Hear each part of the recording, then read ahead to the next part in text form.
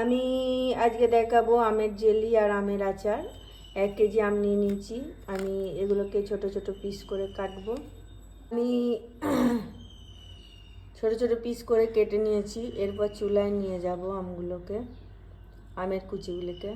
আমি চুলা নিয়ে নিয়েছি। আমি কিছুটা পরিমাণ 5 ফোড়নকে ফ্রাই করে এটাকে পেস্ট করে নেব।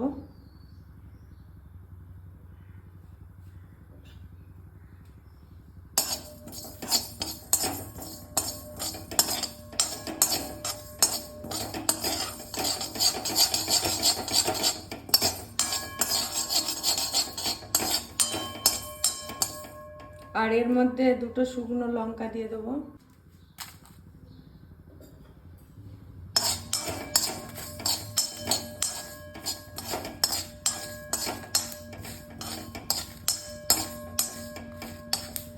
কটা গরম হয়ে গেছে, আমি এটা ঢেলে নেব। এরপর এটার আমি পেস্ট বানিয়ে রাখবো। এগুলো পেস্ট বানিয়ে নেব।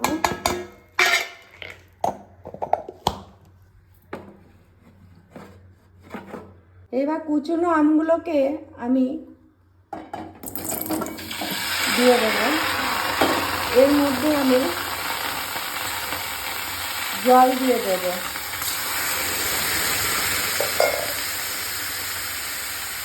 এরপর এটা নরম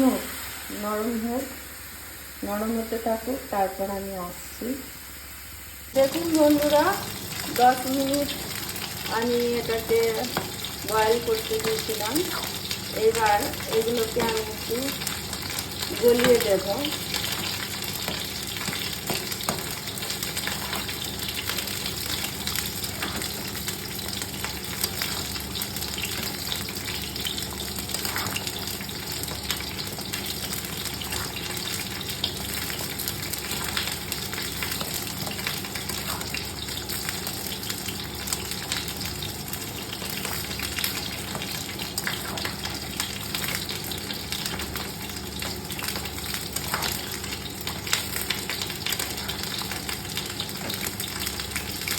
এবার আমি এটাকে গ্যাস চুলাটাকে অফ করে দেব।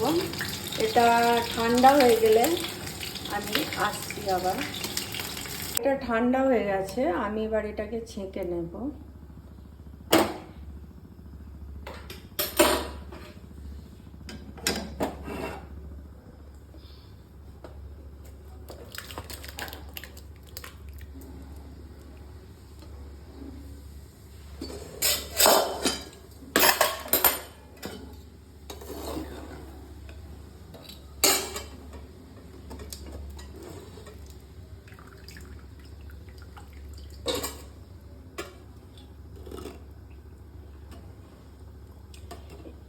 এই যে নিচে ছেঁকে নিয়ে যে আমি নিচে যে অংশটা পাচ্ছি, এটা দিয়ে আমি জেলি বানাবো। আর এই উপরটা দিয়ে, এই উপরের যে আম কটা রয়ে গেল, এই কটা আমি চাটনি বানিয়ে নেব।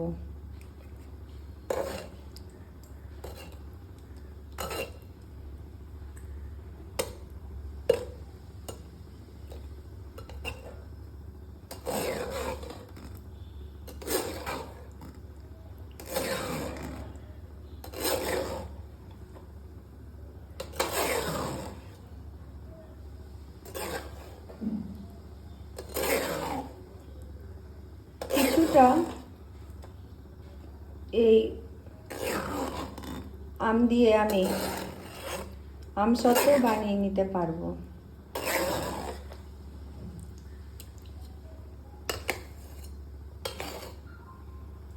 চলুন বন্ধুরা, এবার আমি এটা দিয়ে আমের জেলি বানিয়ে দেখাবো।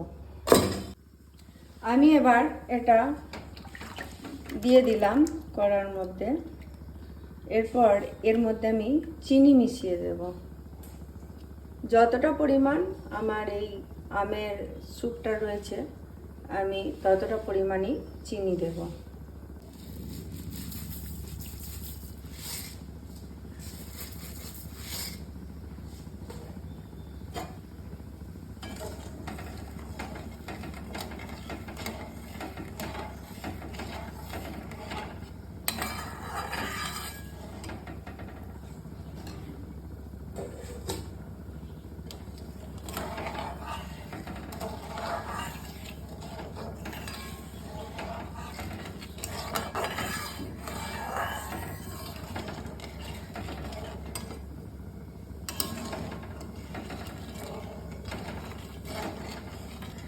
আমি এর মধ্যে দুটো দারুচিনি দিয়ে দেবো টুকু।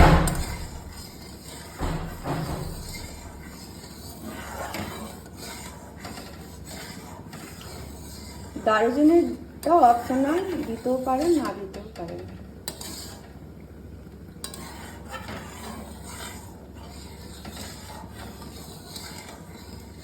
এটা এবার হয়ে গেছে দেখুন বন্ধুরা। যখন এটা একটু চ্যাটচ্যাটে ভাব আসবে তখন এটাকে অফ করে দিতে হবে। তারপর এটাকে ঠান্ডা হতে দেবো। তারপর একটা জারের মধ্যে রেখে দেবো। এইভাবে জেলি বানিয়ে রাখবেন, স্টোর করে সারা বছর খেতে পারবেন। আমি এবার এটাকে একটা পাত্রে ঢেলে নেব।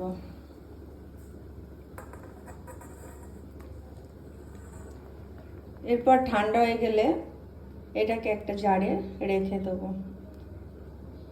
এইভাবেই আপনারা আমের জেলি বানিয়ে রাখবেন, দেখবেন খেতে খুব ভালো। আর কিছুটা পরিমাণ এই আমের অংশ আমি নিয়ে নেব কড়াইয়ে। এবার আমি এই আমসত্ত্ব বানিয়ে দেখাবো।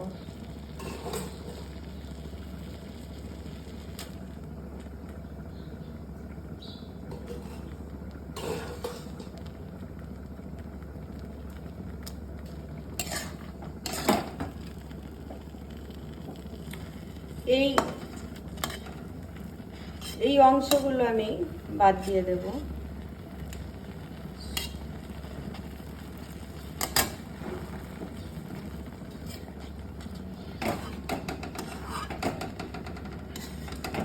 এই অংশগুলো আমি তুলে নেব, এগুলো চাটনি বানাবো।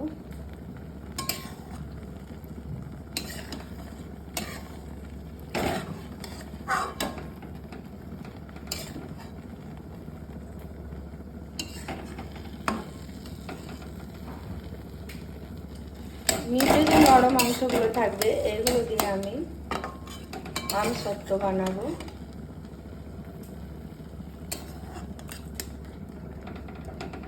যতটা পরিমাণ থাকলো আমি ততটা পরিমাণ চিনি দিয়ে দেব। এবার আমি এটাকে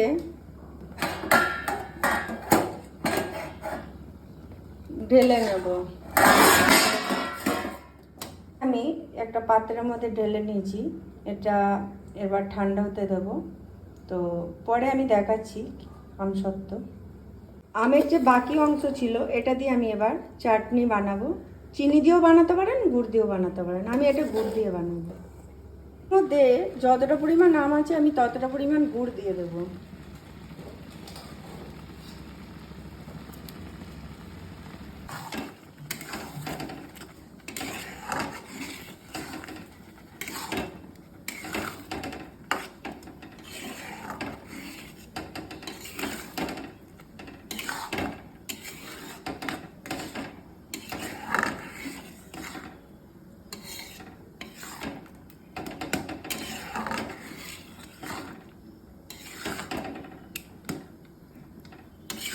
আপনারা যদি আমের পরিমাণটা 2 কেজি করে নেন তাহলে পারে পরিমাণগুলো সব কিছুরই বেশি হবে।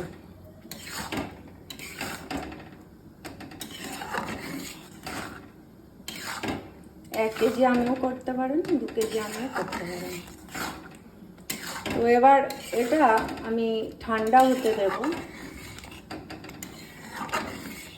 আমের চাটনিটা হয়ে গেছে, এটা আমি ঠান্ডা হতে দেব। তারপর এর উপর সেই যে ভাজা মশলা বানিয়েছিলাম এর উপর ছিটিয়ে দিয়ে আমি এটাকে স্টোর করে রাখবো। আর চাটনি আমার বানানো হয়ে গেছে। সেই ভেজে রাখা আমি মশলাটা এর মধ্যে দিয়ে দেব।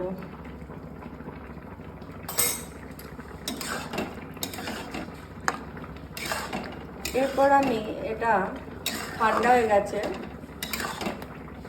জারের মধ্যে এটাকে আমি রেখে দেবো স্টোর করে। আমের চাটনি আমার বানানো হয়ে গেছে। এবার আমি এই আমের চাটনিটাকে স্টোর করে রেখে দেব।